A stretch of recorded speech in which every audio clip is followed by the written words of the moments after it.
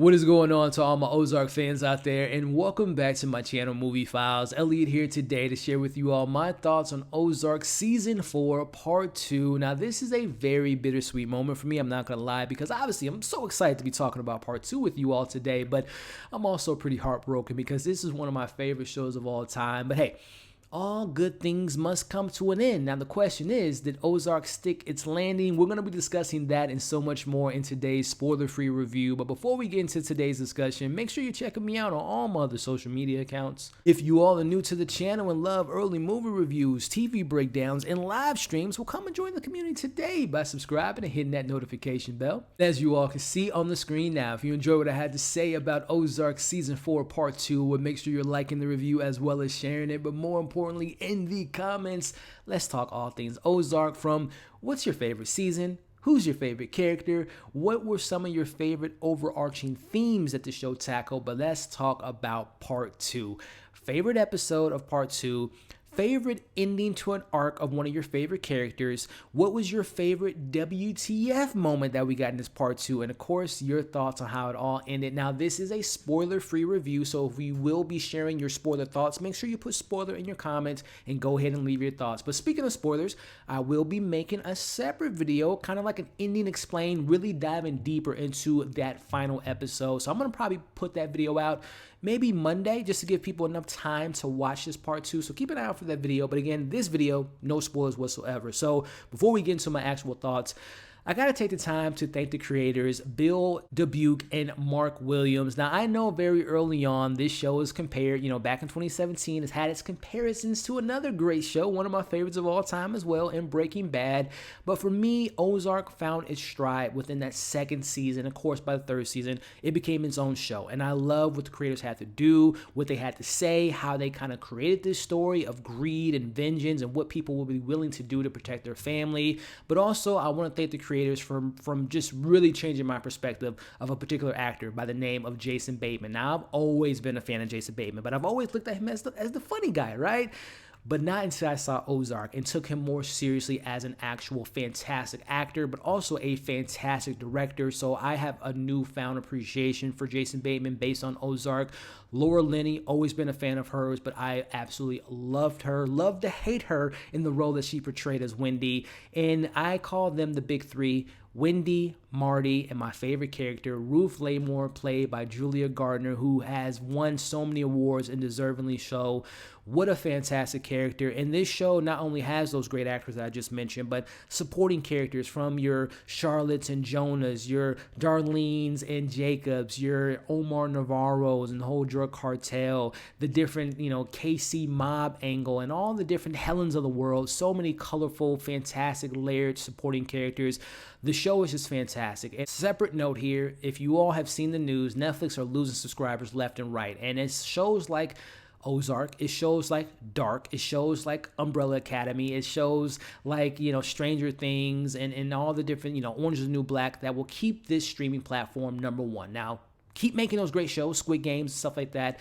Stop making these garbage shows and start implementing more things with Netflix to kind of keep the subscribers going. But that's another conversation for another day. But again, I just want to take the moment to thank the creators for giving me one of my favorite shows of all time. Now, hey, that's my thoughts prior to getting into this Part 2 review. Now, getting into the actual conversation, I got to start off by talking about, as I just mentioned, this show to me is based on the performances. And I want to start off by talking about Jason Bateman himself, who did a beautiful job directing some episodes in this final Part 2, but also him playing Martin, or should I say Marty Bird.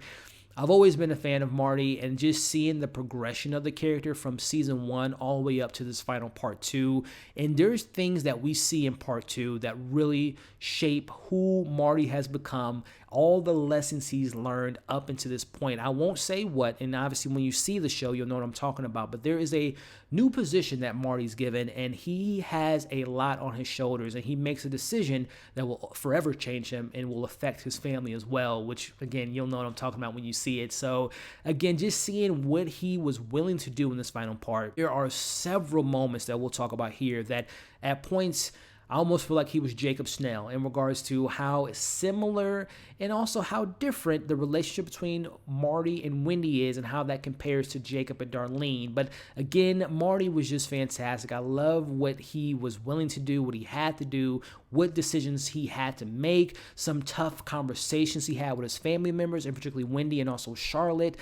Just a fantastic character. What a great performance by the great Jason Bateman, and I really enjoyed what they did with Marty this season. But hey, can't talk about Marty without talking about Wendy Bird, who I know a lot of people hate Wendy, and they're deservingly so because she has made some really frustrating decisions. But she, to me, is almost like in the same vein of a Cersei Lannister. She is just so ruthless up until this point, and there are moments in this part 2 that I'm just looking at Wendy like, I'm terrified of her. Like, I don't know which side of the coin she lands on. And there are points in this season, and there's been points in other parts of the show where I'm like, I don't think Marty should be trusting her. And there are a lot of moments in this part 2 that we get to that revelation. But speaking of revelation, there are so many moments in this part 2 that Wendy Berg, we really kind of explore her mental state, her having a breakdown, but more particularly, all the stuff that's led to this point, whether it's the decision she made with Ben, whether it's the decision she makes with the Helens of the world to get everyone from Claire and Shaw, pharmaceutical company, to her relationship with Omar.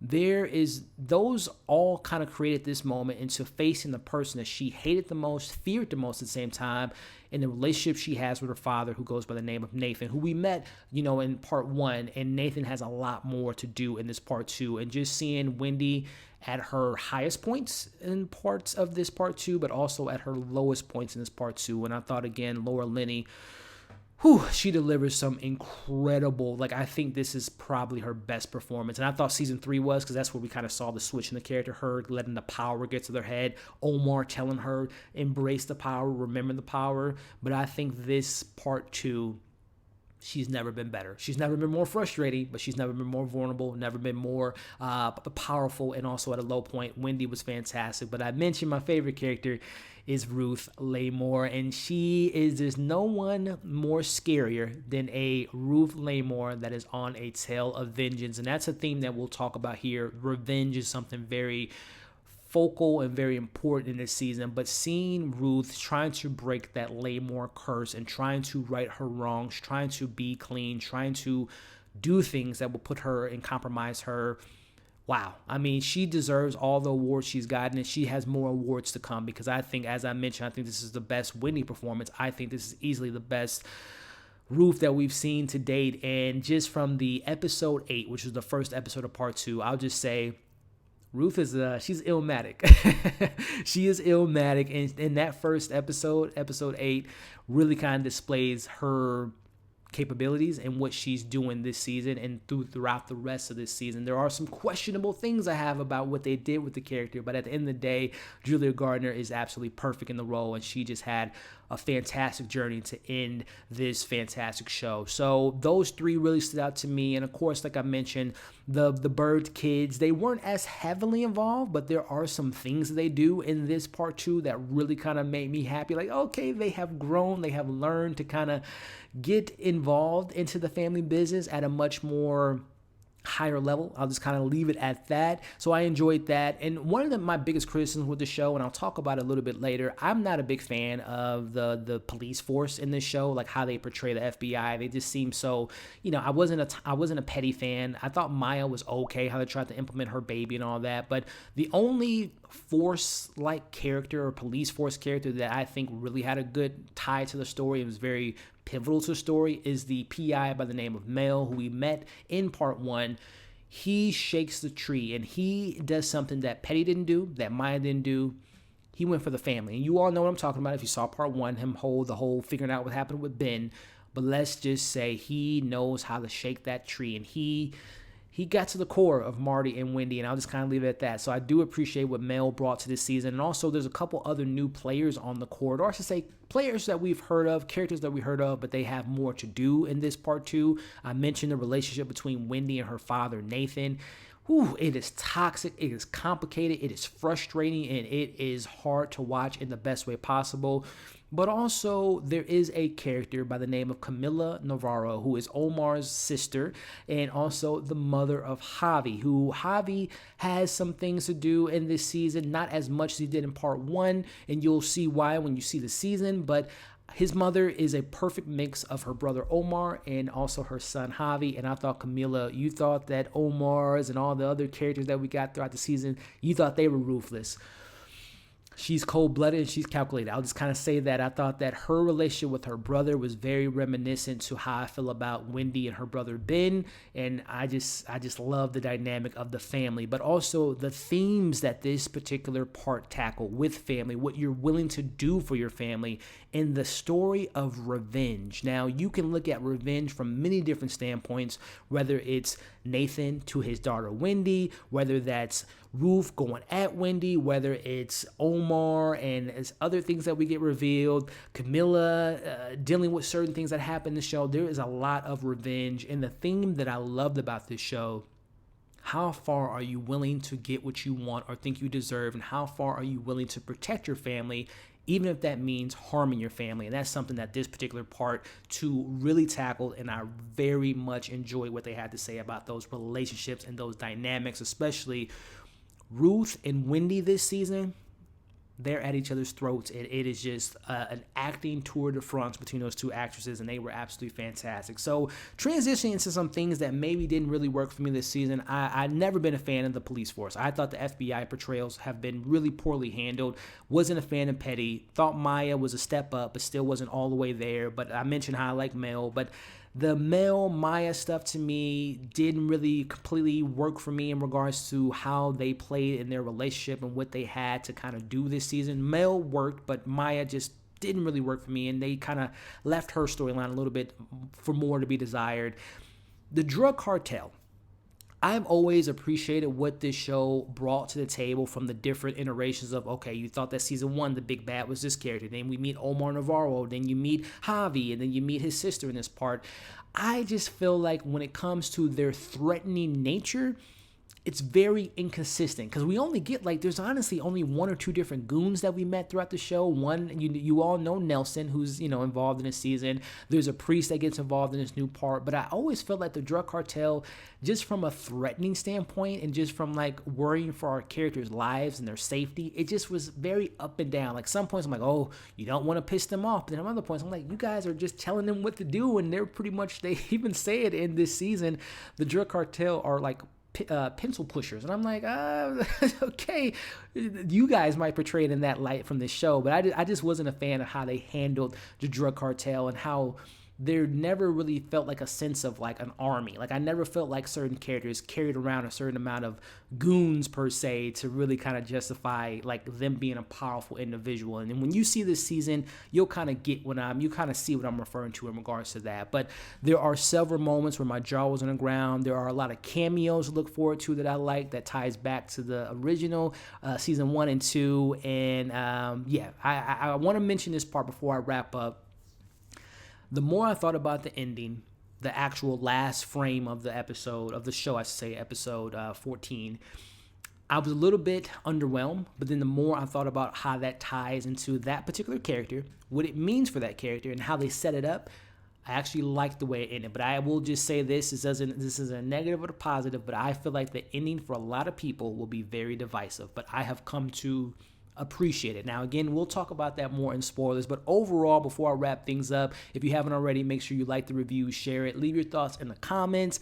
Overall, part 2, for me, at the end of the day, it did stick the landing. I thought emotionally it worked. The story arcs came together and came to fruition. There are many callbacks to previous seasons that came to fruition. We all remember from part 1, the very first frame of part 1, episode 1, comes back into fruition in a very interesting manner. There's a lot of themes that I love that this particular part tackled in regards to what you're willing to do for your family, what you're willing to do for greed, and what you're willing to do to get your revenge. I thought that was beautifully displayed, and I can't stress it enough. Wendy, Marty, and Ruth, all those main characters that I feel are the focal points and the leads of the show, had a incredible arc and had a satisfying conclusion to their stories. And again, I can't talk about certain conclusions because I want to leave that for the spoilers, but for the end of the day, as a fan of the show from 2017 up to this point, I am happy to say that I think that this still is one of the best shows of all time in my personal opinion. But hey, that's just my spoiler-free opinion. Let me know yours in the comments. Again, my favorite episode is probably episode 8. Like I said, it was very ilmatic. My favorite character arc was what we got with Ruth, and I do like how things ended. Now, again, I mentioned my cons, but let me know your thoughts in the comments below. Again, thank you for watching this review. Before you leave, make sure to like, share, comment, subscribe, hit that bell, come and join the community. I will be making a spoiler ending explain video probably coming in the coming days, probably by Monday, so keep an eye out for that video. Ozark, you did it.